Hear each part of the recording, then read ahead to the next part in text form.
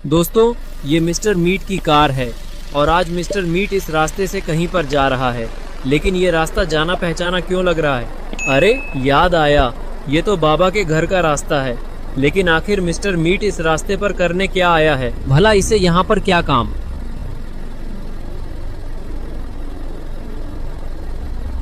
और फिर mister meet अपनी कार को बाबा के घर के सामने लाकर रोक देता है और धीरे से कार को ऑफ कर देता है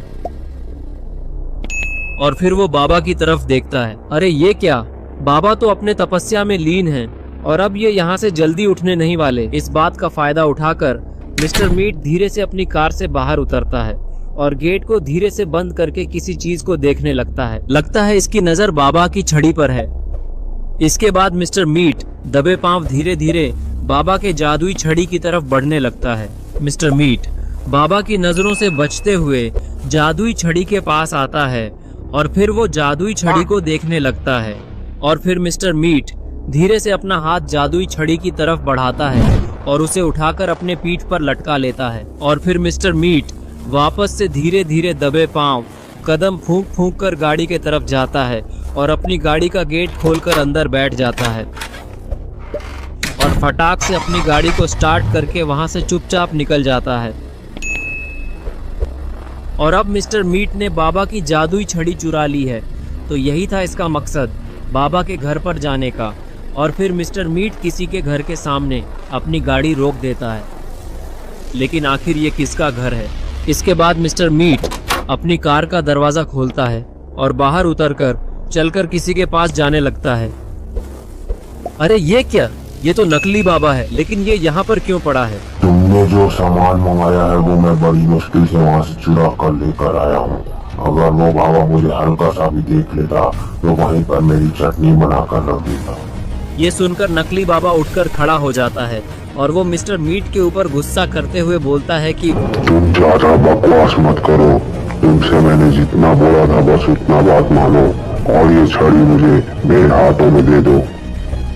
मिस्टर मीट जादुई छड़ी उतारता है और बाबा से पूछता है, आखिर तुम इस छड़ी से करोगे क्या और ये छड़ी तुम्हारे लिए इतनी इम्पोर्टेंट क्यों है? मैं कितनी मुश्किल से बच के चुरा के ले आया हूँ। इस छड़ी से मैं क्या करूँगा वो तो तुम्हें छड़ी देने के बाद ही पता चलेगा। ये सुनते ही मिस्टर मीट छड़ी नकली बाबा को दे देता है। नकली बाबा छड़ी को आसमान की तरफ करता है। ये देखकर मिस्टर मीट पीछे हट जाता है।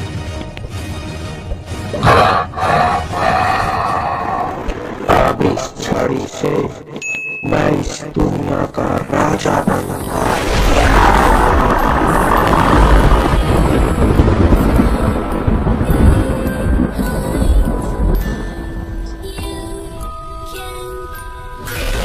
अरे ये क्या, नकली बाबा तो बाबा की छड़ी से और पावरफुल होकर खूनी बाबा बन चुका है। वो बाबा हमें इस छड़ी की मदद से हर बार हरा देता था, अब नहीं हरा पाएगा, अब हम लोग उसे हराएंगे। इसके बाद मिस्टर मीट कार में बैठ जाता है और खूनी बाबा उसे कब्रिस्तान की तरफ जाने को बोलता है। मिस्टर मीट गाड़ी स्टार्ट करता है और दोनों कब्रिस्तान की तरफ जाने लगे।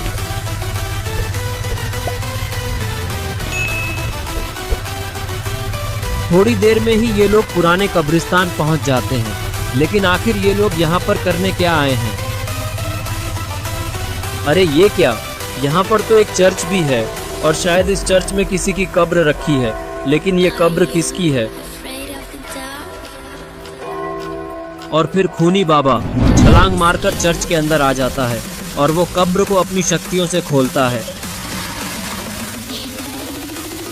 अरे ये क्या, ये तो इविल नन है, शायद खूनी बाबा इविल नन को भी जिंदा करने वाला है।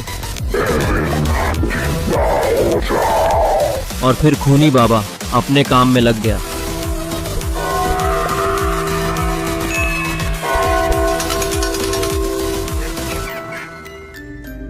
और वहीं दूसरी तरफ रॉड ने गुल्ली बुल्ली और शॉन को आइसक्रीम की पार्टी दी है और अभी ये तीनों आइसक्रीम के मजे उठा रहे हैं। तभी रॉड इन लोगों से बोलता है कि बहुत दिनों से मैंने बाबा से बात नहीं की है, आज मुझे उनसे कुछ काम है और वो इतने दिनों से कहीं दिखाई क्यों नहीं दे रहे हैं, मुझे उनसे मिलाने ले चलो गुल्ली बुल्ली। तभी गुल्ली बताता है कि बाबा काफी दिनों से अपनी तपस्या में लीन हैं और उन्होंने किसी से भी मिलने से मना किया है। उन्होंने हमें भी वहां पर आने से मना किया है और अगर फिर भी तुम्हें उनसे मिलना है तो तुम खुद जाकर ट्राई कर लो। मैं अकेले नहीं जाऊंगा, तुम लोग भी मेरे साथ चलोगे, क्योंकि मैं अकेले जाऊंगा तो बाबा मेरी पिटाई कर देंगे और मुझे पहले ही बाबा से बहुत डर लगता है। वो कितने गुस्सेबाज आदमी हैं, छोटी छोटी बात पर मारने लगते हैं। तभी शॉन को गुस्सा आ जाता है और वो रॉड के ऊपर चिल्लाते हुए बोलता है, ये कैसी आइसक्रीम खिलाई है तुमने? इससे बेकार आइसक्रीम मैंने आज से पहले अपनी जिंदगी में नहीं खाई। रॉड शॉन को शांत करते हुए बोलता है, अरे गुस्सा क्यों हो रहे हो शॉन? तुम्हें दूसरी आइसक्रीम चाहिए तो मैं दूसरी आइसक्रीम दे दूंगा, लेकिन अभी मेरी वैन में आइसक्रीम है नहीं, जो थी वो मैंने तुम्हें दे दी। अगर तुम्हें दूसरी आइसक्रीम चाहिए तो मेरे फैक्ट्री चलना होगा, फैक्ट्री में मैं तुम्हें न्यू आइसक्रीम बनाकर दे दूंगा। ये सुनकर शॉन खुश हो जाता है और बोलता है, फिर तो मैं तुम्हारे फैक्ट्री चलने को तैयार हूँ और गुल्ली बुल्ली भी तुम्हारे साथ चलेंगे, क्योंकि ये दोनों अपनी जीप लाना भूल गए हैं। तो फिर ठीक है, तुम लोग जल्दी से मेरी वैन में बैठ जाओ, क्योंकि मुझे फैक्ट्री बंद भी करना है और फिर मुझे घर भी जाना है। इसके बाद गुल्ली बुल्ली, शॉन और रॉड की वैन से फैक्ट्री के लिए निकल जाते हैं। रॉड वैन को काफी स्पीड में ले जा रहा होता है और बुल्ली और शॉन रॉड की वैन के ऊपर बैठे होते हैं और फुल मजे करते हुए जा रहे होते हैं। लेकिन तभी रॉड को मजबूरन गाड़ी रोकनी पड़ती है, क्योंकि आगे रास्ता बंद होता है। यहाँ पर किसी का एक्सीडेंट हुआ है। तभी गुल्ली बोलता है, अरे ये क्या रॉड, यहाँ पर तो काफी भयानक एक्सीडेंट हुआ है। अब यहाँ से आगे जा पाना हम लोगों के लिए मुमकिन नहीं है। अब गाड़ी को तुम मोड़ लो या फिर जंगल वाले रास्ते से अपने फैक्ट्री चलो। गुल्ली, तुम्हारा दिमाग तो ठीक है ना? रात काफी हो चुकी है और तुम्हें तो पता है ना कि उस रास्ते में एक कब्रिस्तान भी पड़ता है, जहाँ पर इतनी रात को जाना ठीक नहीं है। उन सब की टेंशन तुम मत लो रॉड, वहाँ पर कुछ नहीं होगा। वहाँ से हम लोग चुपचाप निकल लेंगे, हमें वहाँ पर रुकना थोड़ी है। जल्दी से गाड़ी मोड़ लो तुम। गुल्ली के इतना बोलते ही रॉड गाड़ी को जंगल वाले रास्ते की तरफ मोड़ देता है और फुल स्पीड में वहाँ से निकल जाता है। और इधर कब्रिस्तान में खूनी बाबा भी इविल नन को जिंदा करने में लगा हुआ है। तभी इविल नन भी जिंदा हो जाती है।